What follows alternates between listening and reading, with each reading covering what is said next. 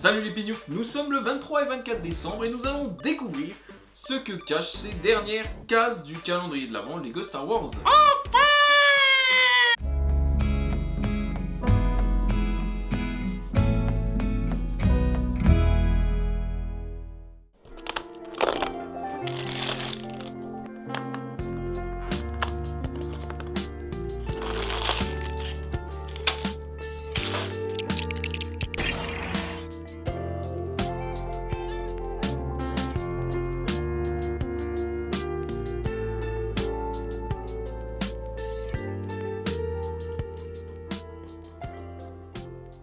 En soi, l'Ewok est très sympa, mais alors le planeur...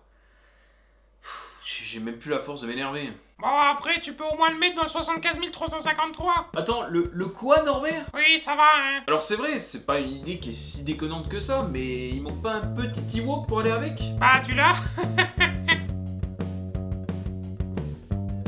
Ouais, c'est pas du tout merdique comme idée. Bon, j'avoue. J'imagine les pauvres gamins qui ouvrent le calendrier tous les jours pour découvrir ces saloperies. Ils doivent être au fond du trou. C'est vrai. Après, faut relativiser, hein. J'ai lu sur Hotbricks que dans le calendrier de l'Avent Marvel, la figurine de Doctor Strange et la cape de Doctor Strange étaient dans deux cases différentes. Non mais vous imaginez le délire? Non, mais quel enfer. Ouais. Bon. Il s'agirait de conclure. Une fois de plus, le calendrier Lego Star Wars n'a pas brillé par son excellence, mais c'est finalement un calendrier de l'Avent comme les autres. Il vous a sans doute émerveillé, énervé, stupéfait, rendu triste ou même agacé. Ce qui est sûr, c'est qu'il ne laisse personne indifférent. Et même si en effet je l'ai trouvé assez médiocre dans son ensemble, de par mon étiquette d'adulte extrêmement pragmatique et grincheux, eh bien j'ai passé un excellent moment à vos côtés. Et oui, à tes côtés aussi, Norbert. Il m'a poussé à être créatif, organisé, efficace, inventif pour vous proposer un petit divertissement qui, je l'espère, a été sympa à suivre. Oh, donc en fin de compte, ce calendrier n'était pas si mal. Il faut croire que oui. C'est donc ça la magie de Noël? Ouais, faut pas déconner, Norbert. Et si pour clôturer cette vidéo, on parlait de quelque chose de très positif, des choses que Lego a fait de plutôt cool cette année dans la gamme Star Wars par exemple. Ah ouais, grave. Genre notre top 3 des Lego Star Wars de l'année 2023 par exemple. Ouais, c'est pas mal ça. Eh bien moi, c'est vite vu. En troisième position, le Venator. Sérieux? Eh ben, j'ai hâte de savoir qui est en deuxième position et qui est en première position. En deuxième position, le Venator. Et bien entendu, en première position, le Venator. Évidemment. Je sais pas si tu as compris, mais j'essaye de te faire passer un message là. Si, j'ai très bien compris. Et toi, quel est ton classement, monsieur Audioplastique?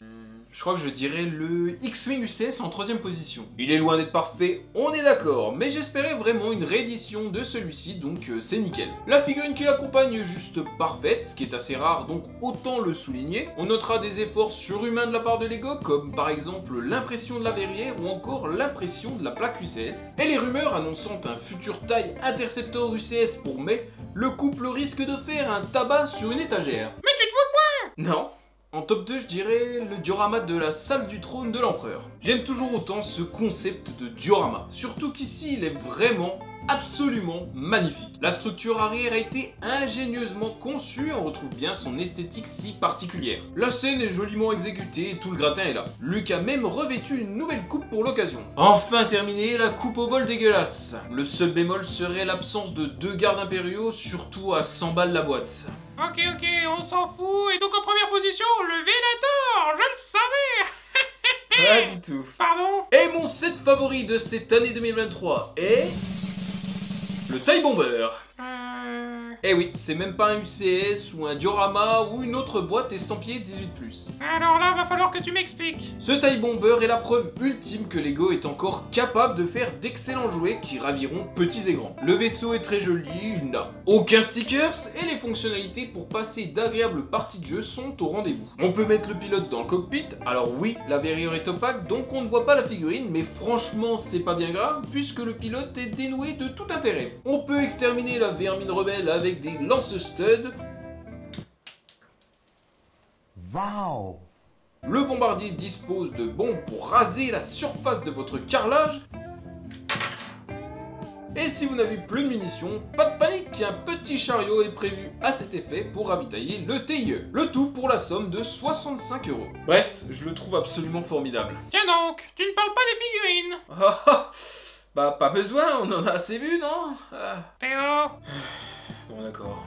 Les figurines, c'est un peu le point faible de la boîte. Je vais me contredire, mais le pilote est plutôt sympa. Néanmoins, des petites topographies sur les bras, c'était pas trop demandé. Dark Vador, alors oui, il est très beau, mais encore lui, on va bientôt pouvoir en faire une armée. La vice-amiral Sloane, si vous ne fourrez pas votre nez dans les bouquins ou vous n'avez pas joué au très barbant Star Wars Squadrons, ce personnage ne vous dira sans doute rien, mais elle a au moins le mérite d'être toute nouvelle dans la gamme Star Wars, même si elle n'a pas de jambes en bi-injection. Et on termine par le pire pour la fin, le droïde Gonk. Ah bah tu vois que les personnages en Brick Build ce sont des figurines. J'ai pas la force de me battre, donc oui, c'est absolument incroyable! En plus, il y a même une topographie de chaque côté du droïde. Quelle masterclass! Oh là là, banger sur 20! Oui bon c'est bon. Mais pour tout te dire, Norbert, le set numéro 1 de cette année, c'est c'est Rivendell! Non. Voilà. C'est bon, on a terminé?